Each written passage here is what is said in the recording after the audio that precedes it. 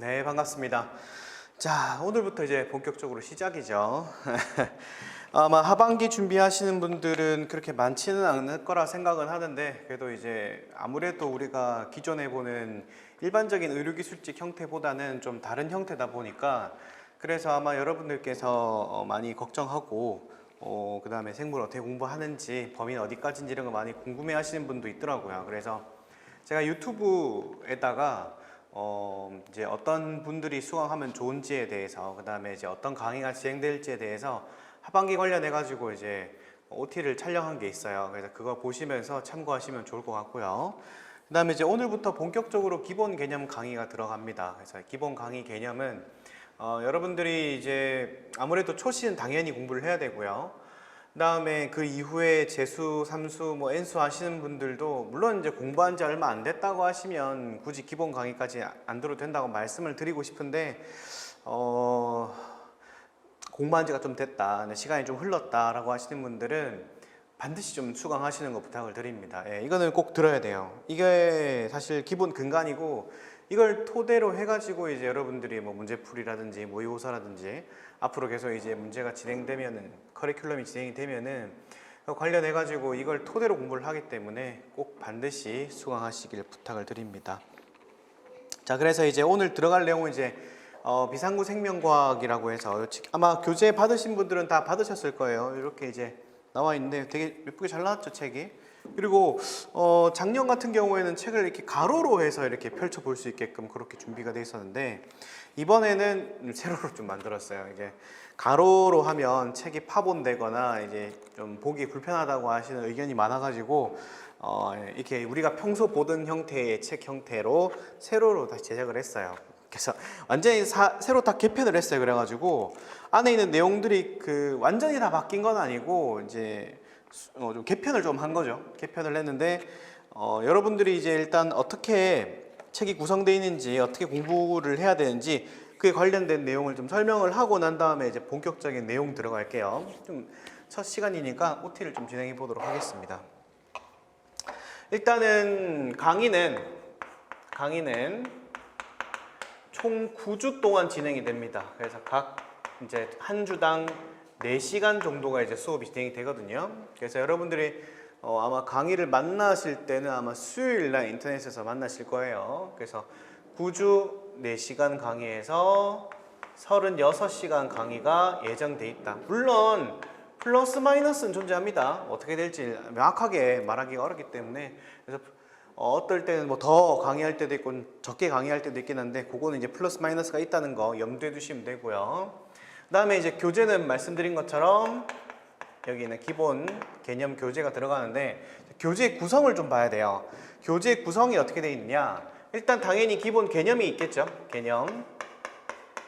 개념에다가 플러스 빈칸을 제가 뚫어 놓은 파트가 있어요. 빈칸. 자, 거기다가 그 뒷파트에 보면은 문제까지, 보통 제가 예제라고 많이 표현을 할 텐데 이렇게 3가지가 있습니다.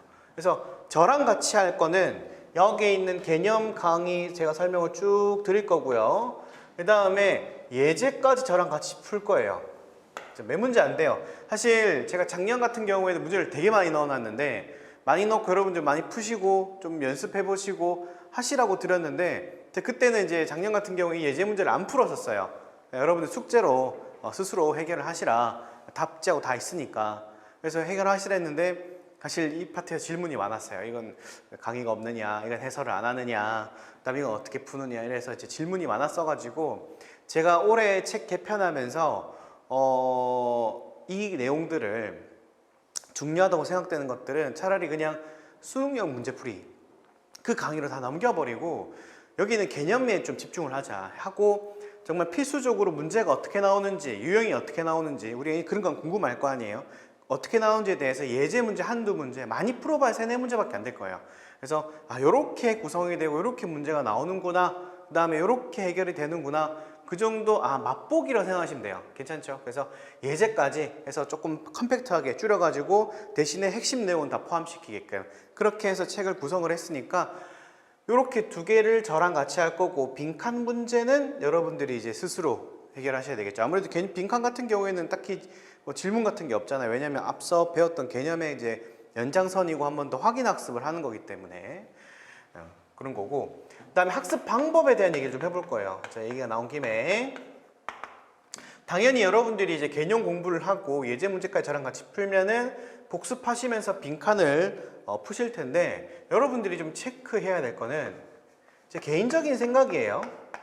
예습은 굳이 하실 필요 없어요. 여기에 대해서 좀 많이 궁금해 하시는 분들이 있던데, 예습은 굳이 할 필요 없어요. 그런데 복습은 정말 하늘이 두 쪽이나 더 하셔야 돼요. 복습은 중요하다. 무슨 말인지 아시겠죠? 그래서 빈칸 문제도 복습의 개념으로 넣어 놓은 거예요. 예습은 굳이 안 해도 상관은 없는데 복습은 반드시 하셔라. 개념 공부했던 거 토대로 학습하셨으면 그 다음에 이제 개인 노트라든지 아니면 뭐 개인 공부하시는 방법들이 다 있겠죠. 그래서 개념 공부하시면서 빈칸 같이 공부하면서 복습을 꼭 하셔야 돼요. 아시겠죠? 중요합니다. 그래서 복습까지는 꼭 하셔라 라는 거. 이제 요거 기본적인 것만 얘기 드려서 기본적인 것만 강의랑 이제 교재랑 공부 방법 어떻게 할 건지 기본적인 거 얘기를 했고 그래서 이제 여러분들한테 이제 설명을 드릴 건데, 여러분 책을 보시면 아시겠지만 중간중간에 빈칸도 많이 뚫려 있고 좀 비어 있어요. 제가 재작년 그때 이제 책을 만들 때 기본 교재에다가 제가 필기노트까지 제작을 해서 다 드렸었거든요. 근데 필기노트 드리고 난 다음에 이제 어떤 현상이 있었냐면, 필기노트는 되게 갖고 싶어 하셔. 그러니까 필기노트를 책을 구매해가지고 가지고 오는 싶어 하시는데 막상 필기노트로 공부하시는 분은 제가 많이 못 봤어요. 그러니까 이걸 보면서 어떤 생각이 들었냐면, 이제 아무래도 학습자, 그러니까 이제 수험생 입장에서는 불안하니까, 불안한 마음 때문에 이제 책을 구매하고 이제 갖고 있으면은 내 불안을 좀 해소해 주니까 그런 어떤 점에서는 좋은 점이라고 생각을 하는데, 사실 그잖아요. 책을 갖고 있으면 뭐해? 그걸 봐야지. 그죠? 스스로 보고 이걸 학습을 하고 외워야 좋은 건데 그냥 들고만 있더라고. 그리고 어차피 본교재에 다 있던 내용이기 때문에 제 개인적인 생각으로는 그걸 그냥 통합을 하자. 통합을 하고, 제가 이제 이번에 그 책을 편찬하면서 여러분 아마 책 두께를 보시면 깜짝 놀라셨을 거예요. 되게 얇죠? 얇은데 대신에 내용은 다 담았어요. 내용을 다 담고 거기다가 빈칸이 중간중간 뚫려 있는 걸 보면 여러분들이 직접 필기하시라고, 물론 제가 여기 화면 띄워드리면서 같이 필기하면 공부할 거예요. 필기하시면서 나만의 교재를 만들어라. 나만의 교재를 딱 내 손 스스로 손으로 필기한 거를 들고 있으면 이게 참 재밌는 게, 내가 노력을 들인 거잖아. 그럼 또 보게 돼. 내가 노력을 들였잖아. 그러면 한 번 더 보고 내가 이걸 필기 잘못했구나. 요거 내가 이렇게 개념을 이해 못했구나 하면서 한 번 또 쓰고 또 지고 또 쓰고 하면서 나만의 책이 완성이 될 거야. 그리고 또 나중에 수능형 문제풀이라든지 아니면 이제 모의고사 문제풀이 하면서 또 나왔던 요건 내가 몰랐던 개념이구나, 요건 또 새로 추가된 개념이구나 하면 또 이거 와가지고 또 필기하면서 정리하고. 그러니까 이게 책이 너덜너덜해질 때까지, 얇지만 안에 있는 내용은 다 들어있기 때문에 계속 보면, 솔직히 막말로 이런 표현도 좀 약간 과한 표현일 수도 있는데 이것만 봐도 사실 여러분들 최소 90점 이상을 받을 수 있어요. 무슨 말인지 아시겠죠? 물론 완벽하게 공부했다는 가정하에. 하지만 여러분들한테는 아무래도 의료기술직, 특히나 이제 하반기 강원, 울산, 인천 같은 경우에는 만점을 받아야 여러분들이 합격을 하는 시험이다 보니까 만점을 위해서면 물론 뒤에 커리큘럼도 문제풀이도 같이 좀 병행을 하긴 해야 돼요. 왜냐하면 수능형이다 보니까 생각하는 문제, 또 생각해야 될 문제, 사고력, 추론 이런 것들이 필요한 문제들이 많다 보니까 그런 거 연습도 따로 해야 되겠지만 아무래도 우리는 항상 근간은 기본 개념이잖아요. 무슨 말인지 아시겠죠? 그래서 그런 걸 이제 중점적으로 공부를 하시되 여러분이 직접 필기를 하나하나 하면서 저 따라오시면서 공부하시면 됩니다. 무슨 말인지 아시겠죠? 어려운 점 없어요. 그래서 이렇게 진행하면 되겠습니다. 자, 그러면 본격적으로 이제 수업을 한번 진행을 해볼게요.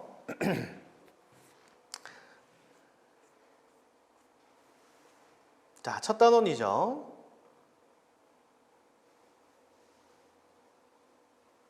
자, 이렇게 하나하나 저랑 같이 보면서 책에 있는 여러분들 내용은 완전히 똑같죠? 그래서 이걸 보면서 필기를 따라오시면 됩니다. 아시겠죠? 자, 시작해 볼게요. 자, 맨 첫 번째 1단원 첫 번째 생명과학의 이해라고 되어 있는 부분 있죠. 자, 생물의 특성에 대해서 배웁니다.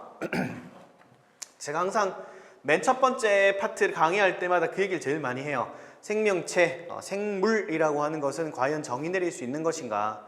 정의 내릴 수 있나 없냐라고 이제 많은 학자들이 연구를 했고, 이제 학자들이 내린 결론은 그거예요. 생물이라는 것은 정의 내릴 수가 없다. 정의 내릴 수가 없기 때문에 그러면 생물이라고 우리가 불리는 것들은 어떻게 구분하면 좋겠는가라는 얘기가 거기서 출발을 한 거예요.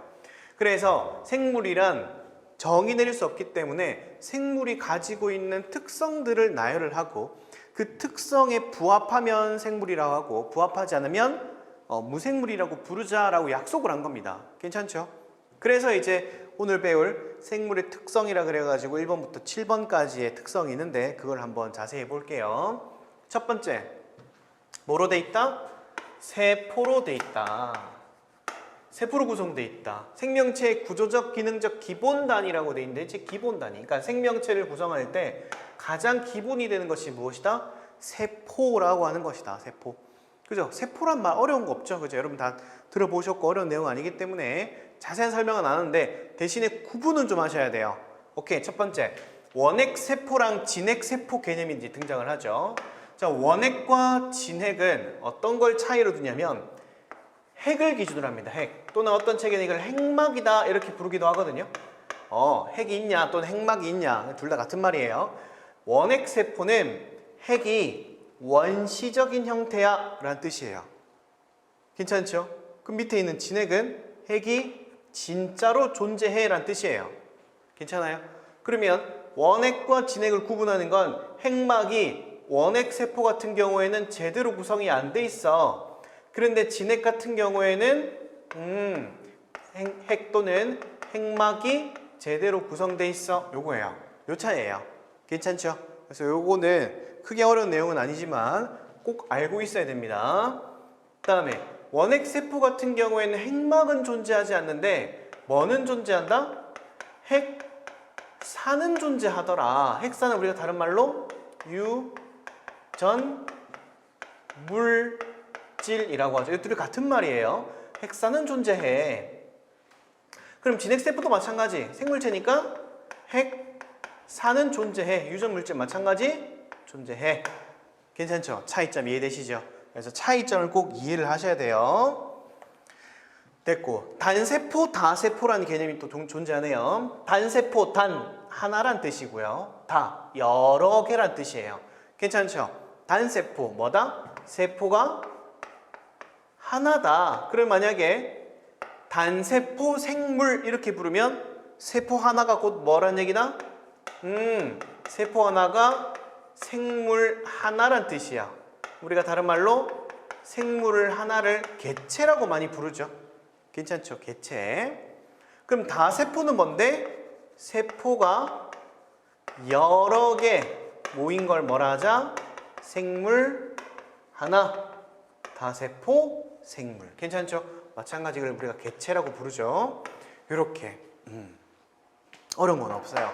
어려운 건 없는데 여러분들이 이제 공부를 하실 때 이런 어떤 근간이 되는 기본적인 개념들 이런 것들 여러분들이 알고 있어야 이걸 언어잖아. 언어기 때문에 이걸 공부를 하고 나중에 시험 문제를 읽을 때나 그럴 때 여러분들에게 힘이 돼주게끔 해주는 그런 것들이에요. 아시겠죠? 그래서 이렇게 정리를 하면 되겠다. 그 중에 옆에 오른쪽에 뭐 여러분 보통 날개라고 많이 표현을 하는데 여러분 이제 한 페이지에 보면은 오른쪽 부분에 보면은 빈 공간이 있죠, 그죠? 거기에 제가 개념을 써놓은 것도 있고요. 제가 손으로 이제 책 자체에서 써놓은 것도 있지만 여러분들이 써놓아야 될 것도 있기 때문에 제가 비워놓은 거예요. 그래서 자 한번 써볼게요. 그러면 여와 관련돼 있는 생물의 예시가 뭐가 있는지 기본적인 것만 먼저 해볼게요. 생물 예시 이렇게 써주시면 돼요. 옆에 오른쪽 빈 공간 있죠? 써주시면 돼요. 그럼 첫 번째 대장균. 좀 많이 등장하는 친구들 위주로 해볼게요. 대장균. 이 친구는 우리가 보통 세균이라고 많이 부르죠. 세균. 가로치고 보통 우리가 세균이라고 많이 부르는데 이 친구는 뭐로 구성되어 있느냐? 단세포야. 세포가 몇 개짜리? 한 개짜리 단세포 생물이야. 그런데 이 친구가 핵막의 유무를 보니까 핵이 제대로 존재하지 않아. 단세포 원핵 생물이다. 원핵 세포다. 이렇게 많이 불러요. 괜찮죠? 오케이.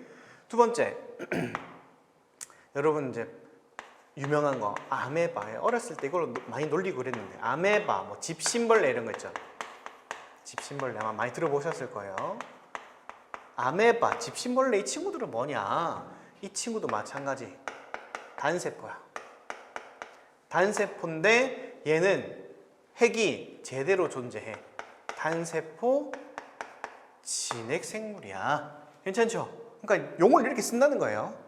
그 다음 세 번째, 뭐 사람이나 우리가 흔히 말하는 동물 얘기하는 거죠. 아니면 나무, 소나무 이런 거 할까? 소나무, 식물 얘기하는 거야. 이렇게 사람이나 소나무 뭐예요? 동물, 식물. 이 친구들은 뭐다? 우린 여러 개의 세포가 모인 핵이 제대로 존재하는 생물이야. 이렇게 하시면 돼요. 괜찮죠? 그럼 여기서 이제 의문이 될 거야. 단세포 원핵, 단세포 진핵, 다세포 진핵이 있는데 다세포 원핵은 없어? 네, 현재까지 알려진 바가 없어요. 그렇죠? 그래서 그런 건 없고 우리가 알고 있는 요것만 딱 기억하시면 돼요. 이 정도만 이해하면 되는구나. 아시겠죠? 오케이. 밑에 참고 볼게요. 제가 이런 식으로 박스를 쳐놓고 참고라고 적어놓은 게 좀 많을 거예요. 근데 이거는 참고에 진짜 말 그대로 참고인데 이런 거예요. 시험에 직접적으로 출제되진 않아요. 출제되진 않는데 알고 있으면 나중에 문제를 풀거나 뭐 이제 공부를 할 때 도움이 된다 이 뜻이에요. 괜찮죠? 그러니까 개인적으로는 공부했으면 좋겠어요. 공부했으면 좋겠고 개인적으로는 좀 외웠으면 좋겠는데 만약 이것도 버겁다 하시면은 조금 후순위로 밀려도 상관없다 이 뜻이에요. 괜찮죠? 합니다. 원핵과 진핵 나눠놨죠? 자, 원핵 보통 일반적으로 우리가 세균을 많이 의미를 합니다. 형광펜이나 색깔펜으로 동그라미 쳐주세요. 자, 막으로 둘러싸인 뭐가 없다? 뚜렷한 핵이 없다 밑줄. 괜찮고 미토콘드리아 골지체와 같은 밑줄. 막 구조물도 없다. 제로 된 형태가 아니다 이 말이겠죠. 그래서 가지고 있는 게 뭐냐? 이 그림 그려놓은 거예요. 세포벽, 세포막, 핵산, 리보솜이라고 하는 요 네 개밖에 없더라 이거예요. 괜찮죠? 물론 이제 생물마다 조금씩의 차이는 존재하겠지만 일반적인 형태의 원핵 세포는 요 네 가지 외에는 없다고 생각하시면 돼요. 굉장히 단순한 형태의 구조를 지니고 있다. 아시겠죠? 진핵 세포는 뭔데? 원생동물, 곰팡이, 식물, 동물 이런 것들인데 편하게 얘기해서 세균 이외 이렇게 하면 돼요. 그냥 편하게. 아시겠죠? 그래서 뭐로 돼 있다? 뚜렷한 핵이 존재하고 내부에 여러 가지 물질들이 아주 정교하게 잘 들어가 있어요. 괜찮죠? 이렇게까지. 그래서 우리가 어떤 내용도 쓰냐면 세포 소기관이라는 표현을 씁니다. 작은 기관이라는 뜻이겠죠? 이 있다. 이렇게 많이 표현을 합니다. 이 정도까지만 필기해 주시면 좋을 것 같아요. 됐죠? 이렇게 정리. 자, 여기 첫 번째 내용이었어요. 이제 세포한 거야. 그죠? 예, 이런 식으로 이제 수업이 진행이 됩니다.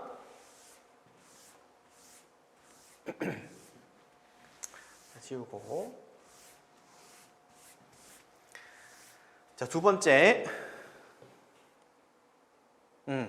자, 생명체에서 일어나는 모든 화학 반응이라고 2번에 적혀 있죠.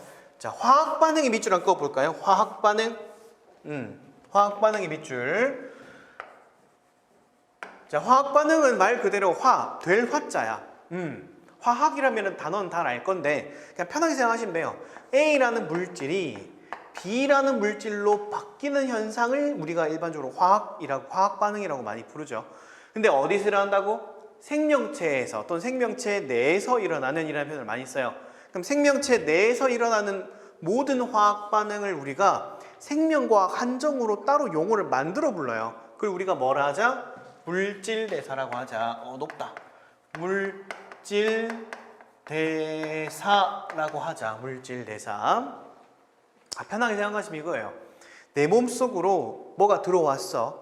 들어오고 난 다음에 내 몸 밖으로 나갈 땐 바뀌어 나갈 거 아니야. 지금 말하기는 더럽긴 한데 내가 밥을 먹었어. 밥을 먹으면은 그 속에 있는 영양소가 있겠죠. 그걸 내가 흡수를 하고 내 몸에서 뭔가 변화가 발생할 거야. 변화가 발생해서 응가랑 소변으로 나가죠. 그러니까 변화가 일어난 거죠. 이걸 우리가 뭐라고 하자고? 물질 대사라고 부르자 한 거예요.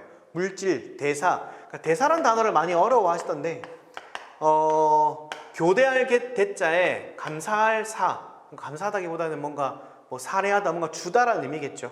그러니까 뭔가 변화할 때 교대, 바뀐다 이거예요. 괜찮죠? 그렇게 이해해 주시면 좋겠어요. 사실은 물질대사란 말이 그냥 화학 반응인데 생명과학에서 한정해서 부르는 용어로 만든 거예요. 그죠? 그때 반드시 함께하는 친구가 있는데 이제 피처링이라고 적어놨죠. 누구? 효소라는 친구가 있다. 효소. 효소라는 친구는 아마 여러분 이 단어는 들어보셨을 거예요.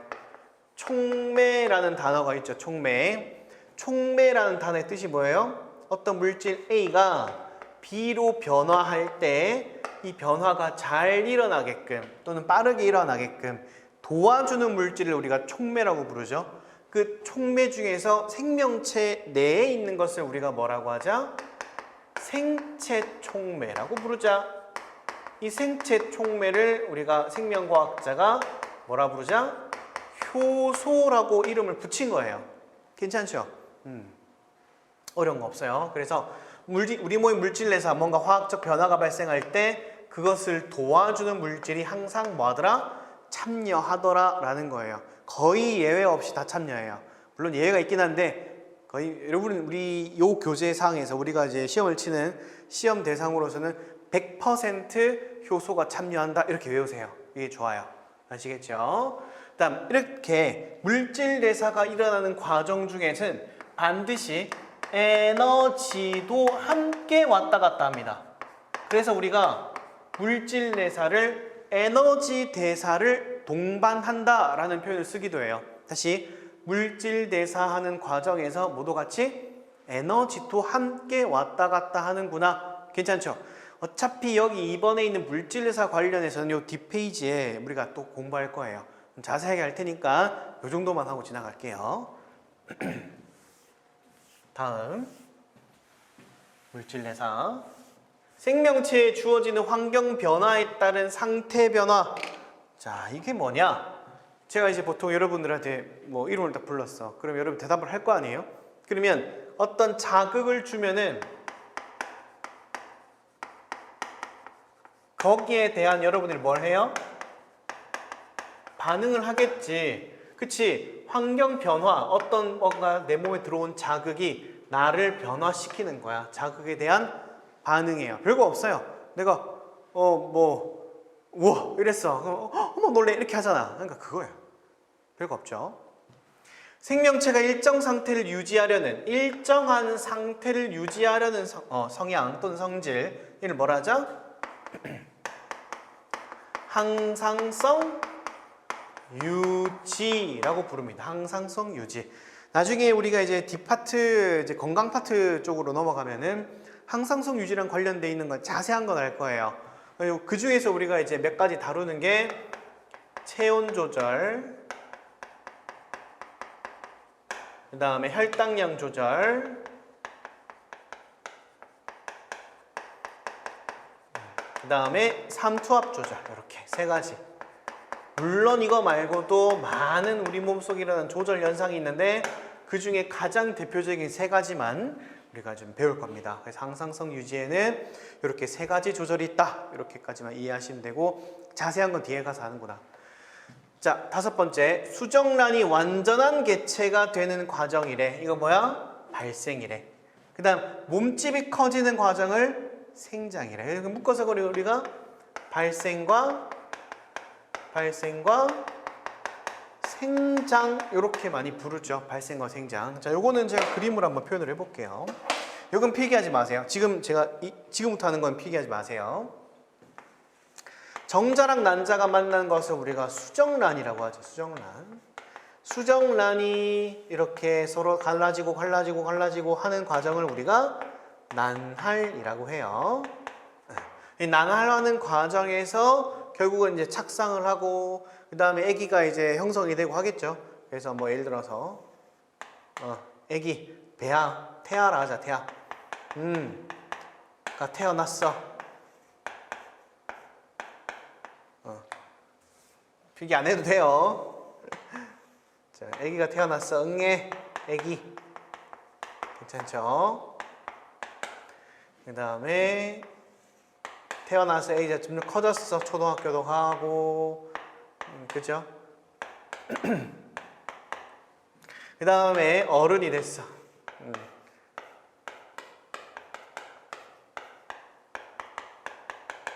됐죠?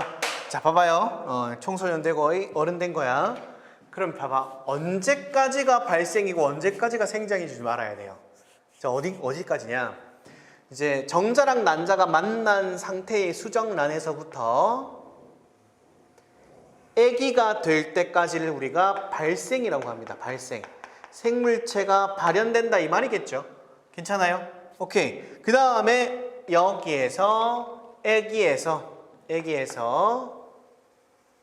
어른이 돼서 몸집이 커지는 과정을 우리가 뭐라 하자? 생장이라고 합니다. 자, 발생과 생장.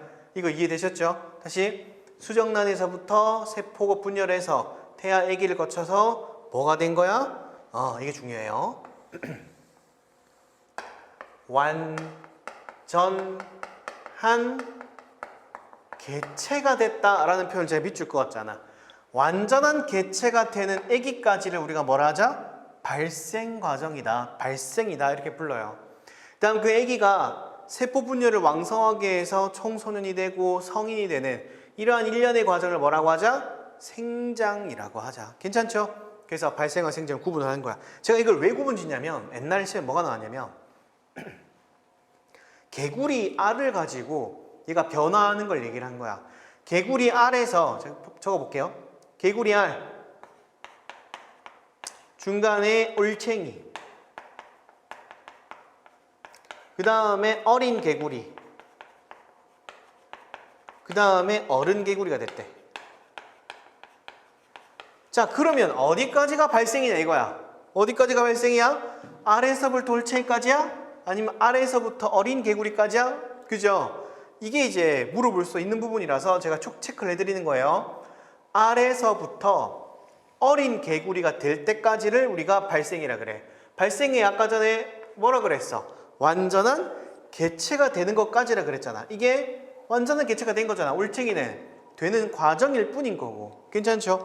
그 다음에 어린 개구리에서 어른 개구리가 될 때까지를 우리가 뭐라 하자? 생장이라고 하자. 괜찮죠? 여기에서 중요한 포인트는 완전한 개체가 되는 과정까지를 우리가 발생이라고 한다라는 게 포인트입니다. 아시겠죠? 이런 거 만약에 시험 문제 나왔을 때 얼마든지 틀릴 수 있는 부분이기 때문에 체크를 꼭 하자. 자, 생장이라는 것은 다세포 생물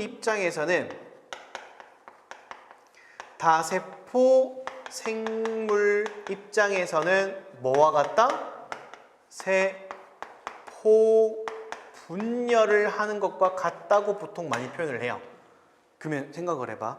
그럼 단세포 생물은 아까 우리가 배웠다시피 대장균 이런 것들은 단세포 생물이잖아. 그 친구들 같은 경우에는 세포 분열을 그럼 얘도 마찬가지 생장이라 부를 수 있니? 그러니까 이게 어려워요. 네. 그러니까 똑같은 용어를 썼는데 어떨 때는 그 용어가 적용이 되는데 어떨 때는 적용이 안 돼. 대표적인 게 생장인데 야 옆에 빈 공간 있죠? 거기 있습니다. 이거 체크 포인트 체크를 하나 하자 이거야. 체크를 하나 하자. 생장이라는 개념은 두 가지로 될 수 있어. 첫 번째, 단세포 생물 입장과 다세포 생물 입장을 나누어서 보자 이거예요. 다세포는 아까 설명을 했으니까 다세포 생물 입장에서는 뭐다? 세포 분열이 일어나면은 이게 몸집이 커지는 거야. 괜찮죠? 근데 단세포는 그냥 말 그대로 세포 하나가 생물체이기 때문에 작은 세포가 말 그대로 그 세포가 이렇게 진짜 우리가 알고 있는 커지는 거야. 그러니까 이런 느낌이야. 이 조그만한 게 이렇게 그냥 단순히 세포 커지는 거야. 괜찮죠? 여기 생장이에요. 그러면 만약에 시험 문제 단세포 생물이 세포 분열을 했다 라는 말이 나오면 이게 뭐다? 얘는 생장이 아니라 뭐야? 얘는 생식이에요. 그지? 봐봐. 단세포가 이렇게 세포 하나가 생물체라면서요. 그러면 얘가 세포 분열을 통해서 두 마리가 됐대. 두 마리. 이렇게 두 마리가 됐대. 그러면은 이 친구가 얘랑 이렇게 둘로 나누어진 거니까 자손을 만든 거나 마찬가지인 거야. 그래서 이걸 우리가 따로 생식이라고 불러요. 괜찮죠? 오케이. 그래서 좀 구분을 좀 하자라는 거예요. 물론 이게 대놓고 시험 나오진 않는데 기본적인 개념이니까 알고는 있어야 돼요. 아시겠죠? 단세포 생물 입장에서 세포 분열은 곧 무엇을 의미한다? 생식을 의미한다. 자손을 만드는 거구나. 됐죠? 오케이. 좀 속도 빠르지 않나요? 여기까지 따라왔어요? 갑니다. 자, 6번째. 종족 유지를 위해 자손을 남기고 부모의 유전 형질을 이어주는 현상. 오케이. 자손을 남긴다. 자손. 부모의 유전 형질을 이어준대. 유전 형질. 나중에 이제 이런 용어들이 아마 처음에는 안 와닿을 수도 있어요. 뭐 유전이라는 단어는 들어봤는데 형질이 뭐야 할 수도 있어. 왜냐면 처음 공부하시거나 문과에서 오신 분들 중에 이 시험을 대비하시는 분도 있더라고요. 그래서 그런 분들을 위해서 일단은 자손이란 말은 알 거고 유전 형질이란 말을 할 때 형질이란 단어를 좀 이해 못할 수도 있는데 편하게 생각해서 이런 거야. 생명체가 가지고 있는 특징인데 예를 들어 이런 거예요. 제 코에 뭐 자세히는 안 보이시겠지만 제 코에 여기 점이 하나 있어. 예를 들어서 점이 하나 있어. 근데 내가 애기를 딱 낳았는데 여기에 또 똑같은 위치에 점이 있어. 그럼 뭐 한 거야? 내 형질을 가져간 거야. 이렇게 표현을 많이 해요. 괜찮죠? 그러니까 내가 가지고 있는 특징이 있어. 그걸 자손이 가져가. 보통 우리가 유전 형질을 물려줬다. 이렇게 표현을 많이 하죠. 이렇게 그렇게만 이해하면 돼요. 자세하게 몰라도 되고 그렇군. 형질이라는 건 특징 얘기하는 거구나. 됐죠? 이걸 우리가 뭐라 하자? 유전과 생식. 또는 이거 순서 바꿔도 상관없어요. 생식과 유전해도 돼. 상관없어요. 그냥 둘이 하나를 묶어서 표현을 많이 하니까. 됐죠? 오케이. 마지막 7번째. 환경 변화에 따른 몸의 형태, 기능 등이 변화되어 새로운 생물 종으로 분화되는 것. 자, 새로운 생물 종이래. 종이란 개념이 뭐냐면 이런 거예요. 우리가 뭐 흑인, 백인, 황인 이런 식으로 우리가 이제 피부색으로 따라서 이제 종을 나눈다고 많이 부르는데 사실 생물학적 종의 개념은 어떤 두 개체가 만나서 아기를 낳았을 때 그 아기가 성인이 돼서 그 다음에 자손을 생산할 수 있냐 없냐를 보고 우리가 보통 생물학적 종이 같다 또는 같은 종이다 이렇게 많이 불러요. 그러면 생물 종으로 분화되는 현상에 대해서 얘기를 할 때는 아무래도 생물체 하나가 짧은 시간 동안에서는 뭔가 변화가 관찰되긴 어려워. 근데 나의 자손, 그 다음에 자손, 다음 세대가 계속 넘어갈수록 환경 변화나 이런 여러 가지 이제 요인들이 있겠죠. 그로 인해 가지고 그 변화를 적응하고 살아남은 생물들이 새로운 종으로 탄생을 해요. 괜찮죠? 이걸 우리가 뭐라고 하냐? 진화라고 합니다. 진화. 많이 들어보셨을 거예요. 그래서 적응과 진화가 여기에 새로운 생물 종으로 바뀌는 것을 진화라고 한다. 괜찮죠? 여러분들이 이 적응과 진화에 대해서 차이가 뭐냐라고 이제 질문하신 분들이 많았었는데 사실 구분을 할 수 있기는 해요. 한데 그렇게 의미를 두실 필요는 없고 그냥 적응과 진화를 하나로 그냥 묶음으로써 이해하면 됩니다. 괜찮죠? 시간이 차이긴 한데 적응이 좀 짧은 시간이고 진화가 아주 오랜 시간을 통해서 변화가 발생해서 새로운 종으로 나타나는 거예요. 그 다음에 생식에 대한 얘기를 조금만 한 번만 더 할게요. 이게 시험에 이것도 대놓고 나오진 않아. 근데 이게 짜증나는 게 알아야 좀 좋은 경우 몇 번 있어가지고 자, 봐봐요. 여기다 마찬가지 밑에 빈 공간이 있죠. 체크 포인트. 이것도 체크를 하나 하자. 생식은 종류가 두 종류야. 생식은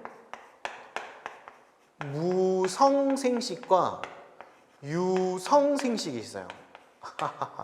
뭐냐? 성이 없는 생식이 있고 성이 있는 생식이 있어. 생식은 자손을 만드는 건데 성이 없는 것도 있고 있는 것도 있다 이거예요.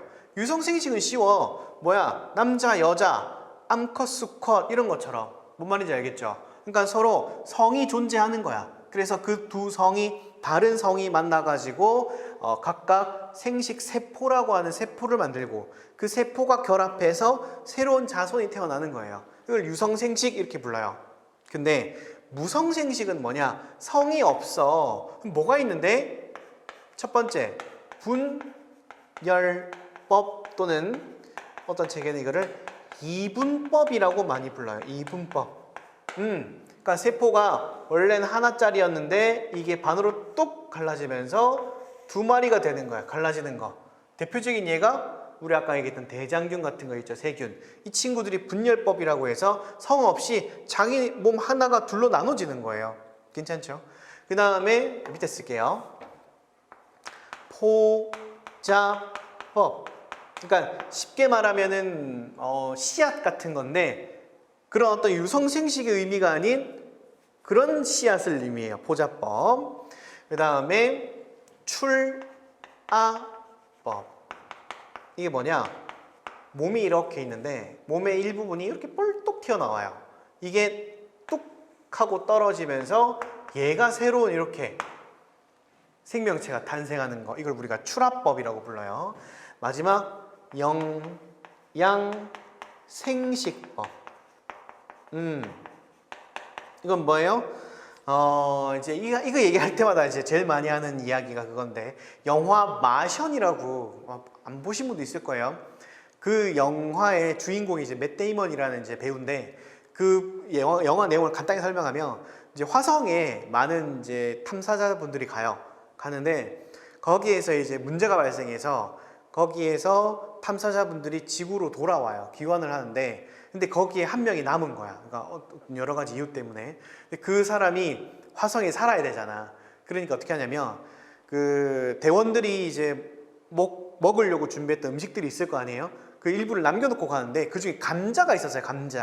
감자를 어떻게 하냐면 감자를 썰어가지고 그 조각들을 만들어서 그거를 이제 흙을 이제 여기 흙에다가 물 같은 거 넣고 해가지고는 그 감자 조각 자체를 심어요. 이렇게 하나하나. 다 심으면 거기 하나하나가 씨앗인 거야. 거기서 뭐가 나와? 새로운 감자가 열려요. 그래서 여러 개의 감자를 만들어. 그래서 그걸 먹어요. 무슨 말인지 아시겠죠? 이게 영양생식법이야. 아시겠죠? 이런 게 있구나. 이게 뭐다? 성이 없는 거예요. 근데 참 재밌게도 그 영화에서 맷 데이먼이 그 영화에서 뭐로 이제 어떤 역할로 나오냐면 식물학자로 나와요. 그죠? 아마 대놓고 아마 그렇게 한 것 같아. 됐습니다. 이렇게까지. 그러면 6페이지 설명 다 한 거예요. 이렇게 진행을 해볼게요. 자, 좀 지우고 갈게요.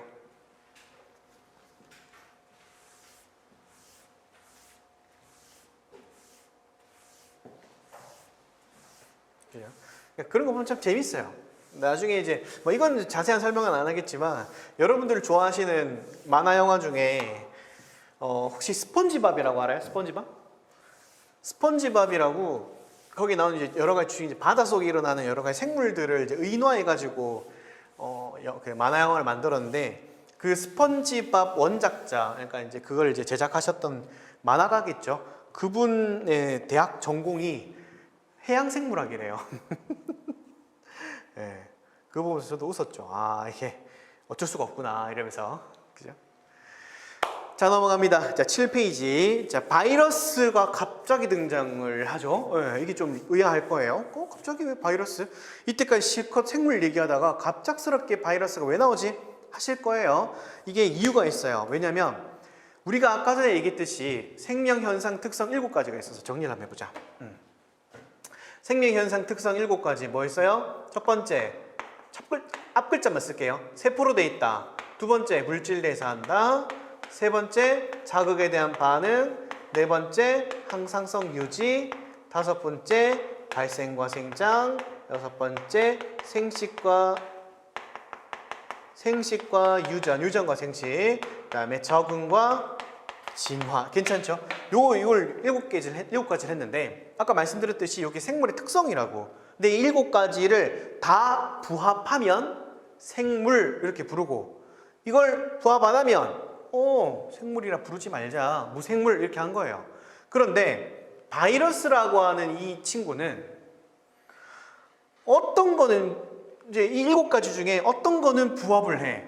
근데 어떤 건 부합을 안 하고 어떤 경우에는 상황이나 경우에 따라서 부합할 때도 있고 안 할 때도 있고 자기 마음대로야.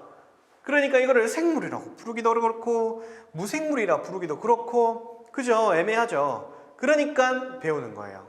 괜찮아요? 오케이. 바이러스는 위에 좀 밑에 때리자. 너무 높아. 어떡해. 바이러스는 좀만 더 컸으면 좋았을 텐데. 자, 봐요. 바이러스는 생물과 무생물의 중간 형태다. 또는 어떤 책에는 중간자다. 그리고 어떤 책에는 이거를 경계자다. 용어를 자기 마음대로 다 써. 그냥 말 그대로 생물이란 영역이 있고 무생물이란 영역이 있는데 그 영역 사이에 껴있는 친구다라는 뜻이에요. 괜찮죠? 바이러스, 생물과 무생물의 중간. 그러면 생겨 먹은 게 어떻게 생겼냐? 바이러스는 제가 노란색으로 표시하고 있는 거 이런 식으로 경계가 있어. 이 경계가 보통 일반적으로 생물이라고 부르는 것들은 세포막이나 세포벽이라고 해가지고 어떤 이제 생물을 외부랑 내부를 구분짓는 특별한 어떤 구조물이 있어요. 그런데 얘는 그런 게 아니라 단순히 단백질로 구성되어 있고 이를 우리가 단백질 껍질이다 라고 많이 표현을 해요. 단백질 껍질이다. 괜찮죠? 편하게 단백질이다 하시면 돼요. 뭐가 아니다?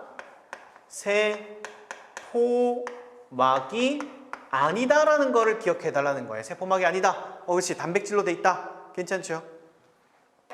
그런데 단백질 껍질 안에 내부에 보니까 어떤 특별한 물질이 있어. 이걸 뭐야?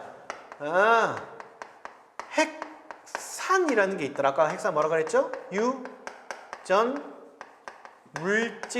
물질이라고 불렀었죠.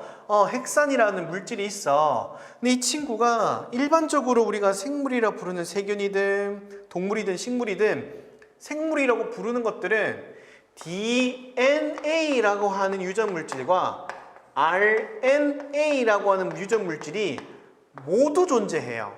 모두.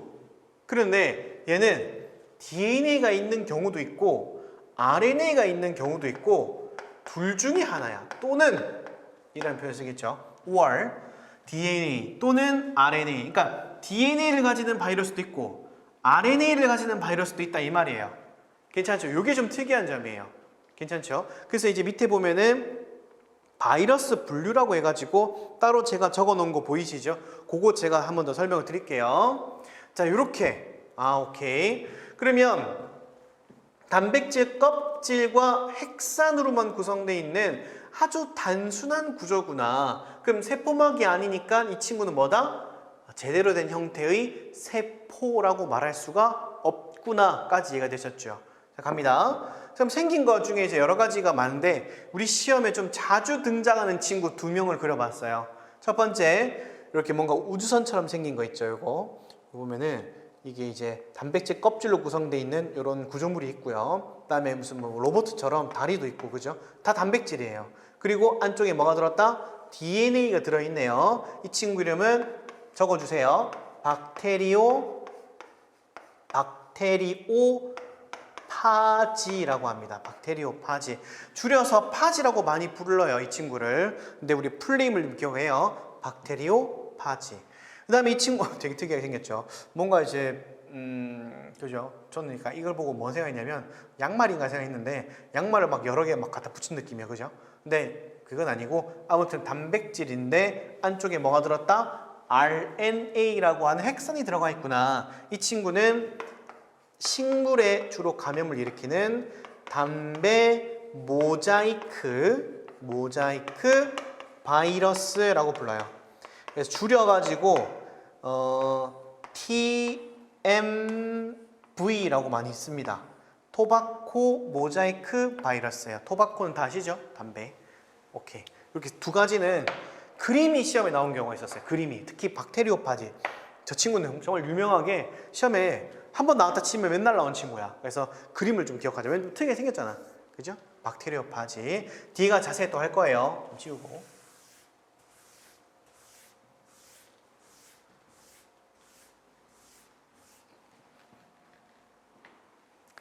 자, 분류.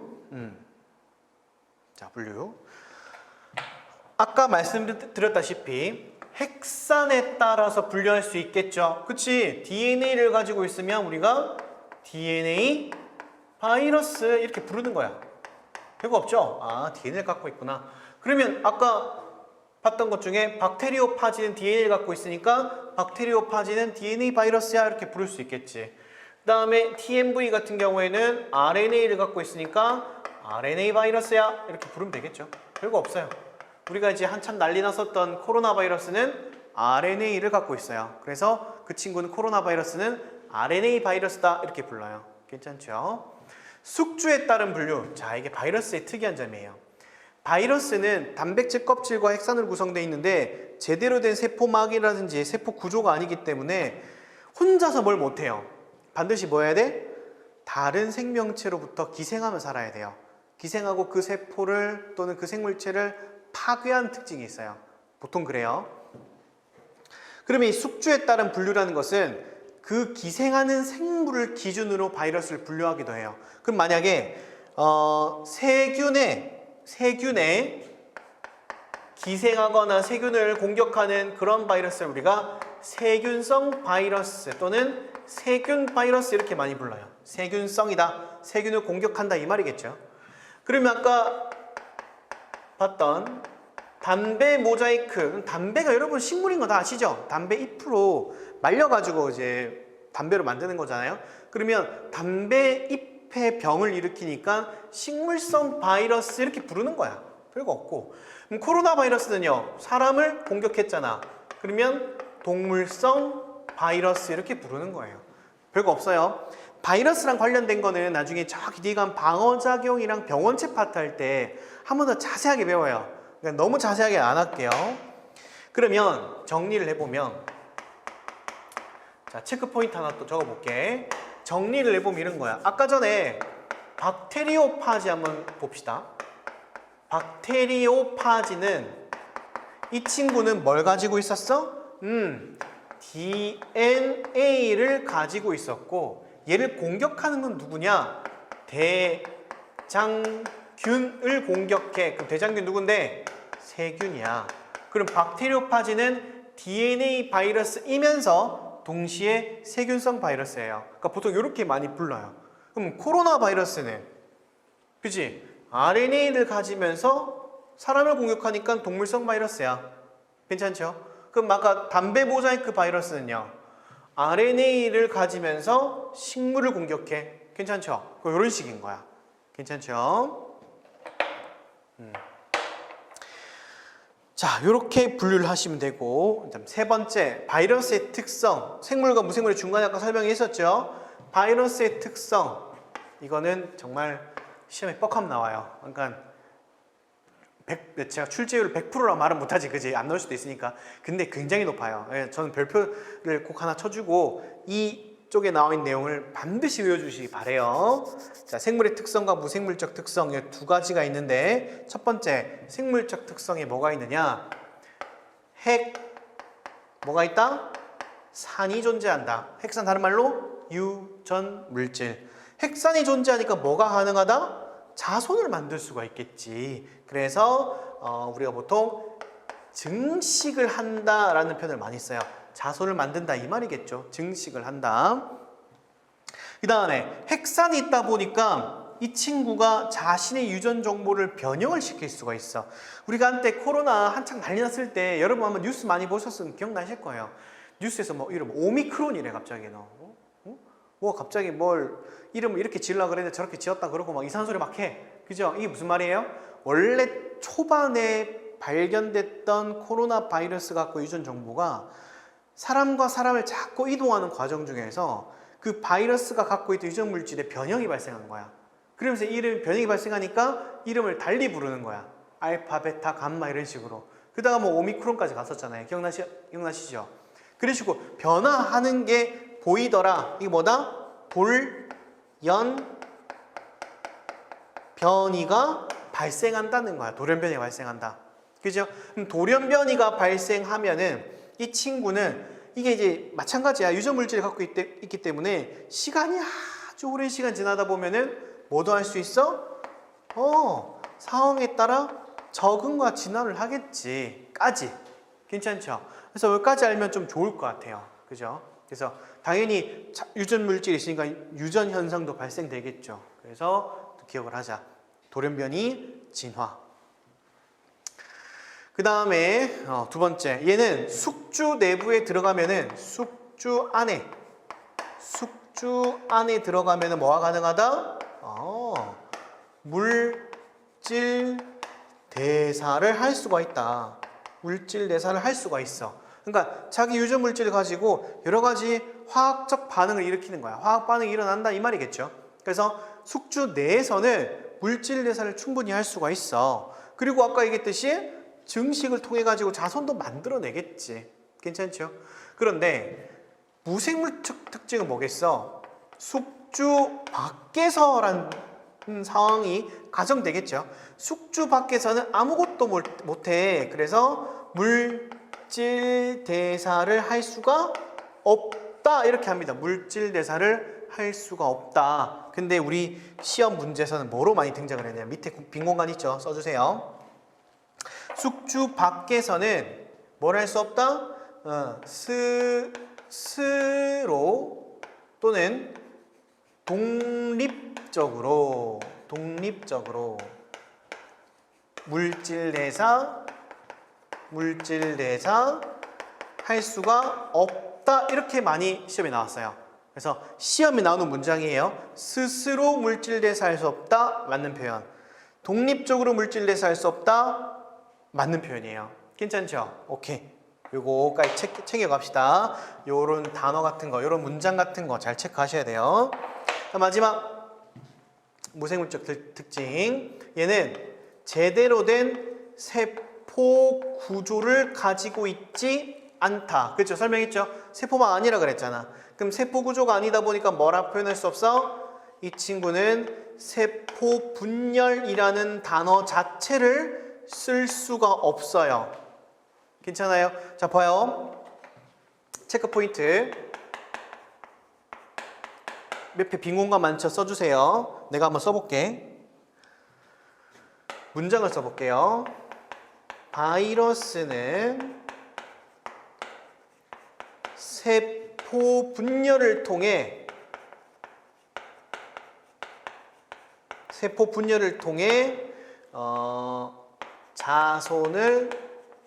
자손을 증식할 수 있다.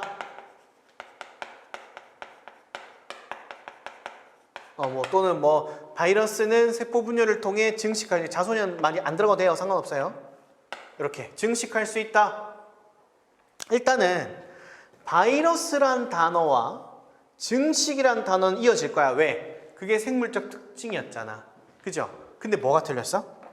그죠? 세포 분열을 통해란 말이 틀렸어요. 이게 틀린 표현이야. 이 문장이 시험에 나온 적이 있어요. 참 짱나게 하는 거죠. 그러니까 왜냐면 이걸 노린 거야. 수험생들은 시험장에 들어가서 시험을 칠 때 긴장한 상태잖아요. 그러니까 문장을 읽다 보면은 대충 읽을 때가 많다고. 그러면 어떻게 읽히냐면 바이러스는 증식한다로 보여요, 이게. 그러니까 이게 순간적으로 맞네 하고 동그라미 치고 넘어간다고.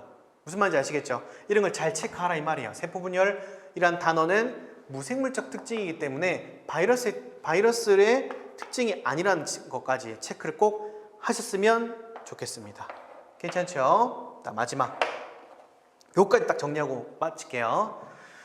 자, 여기 이제 빈 공간, 여기 위에도 빈 공간 많죠? 이게 간혹 나오는 건데 이것도 체크. 빈 공간에 써주세요. 위에 빈 공간. 크기 비교를 하는 경우가 한 번씩 있어. 짱나죠, 그죠? 크기 비교를 하는 경우가 많아. 자, 뭘 비교할 거냐? 그냥 단순한 단백질 물질이라 할게. 단백질 물질. 그 다음에 바이러스, 세균, 여기까지 맞아. 이렇게 비교를 한번 해보면은 뭐가 제일 크고 뭐가 제일 작냐? 이 세 개를 비교했을 때 크기 순서는 요 순서예요. 그러니까 단백질 물질이 제일 작고 그 다음 큰 게 바이러스, 그 다음 큰 게 세균이에요. 괜찮죠? 요건 나중에 뒤에 가서 한 번 더 할 건데 이렇게 크기를 비교해 가지고 시험에 물어볼 수도 있기 때문에 이런 걸 좀 체크를 좀 해주시는 게 좋아요. 근데 얘네 둘이 가지고 비교한 경우는 한 번 있었어 가지고 제가 말씀드린 겁니다. 그 다음 이 친구가 아무래도 사람한테도 이제 병을 일으키고 하다 보니까 이렇게 바이러스 그 자체를 가지고는 세균과 많이 이제 비교가 많이 될 때가 많아요. 실제 시험 문제에서도 바이러스랑 세균의 특징을 가지고 비교를 많이 해 시험 문제 많이 내거든요.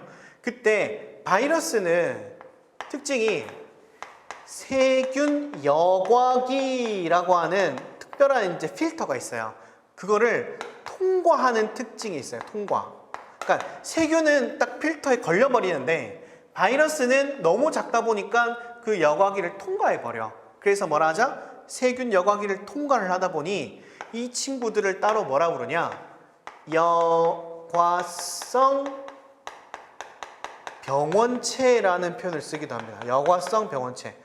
병을 일으키는 원인이 되는 물체란 뜻이겠죠. 그래서 여과성 병원체까지 비교해 주시면 좋을 것 같아요. 자, 여기까지 하고 좀 쉬었다가 D파트 넘어갈게요.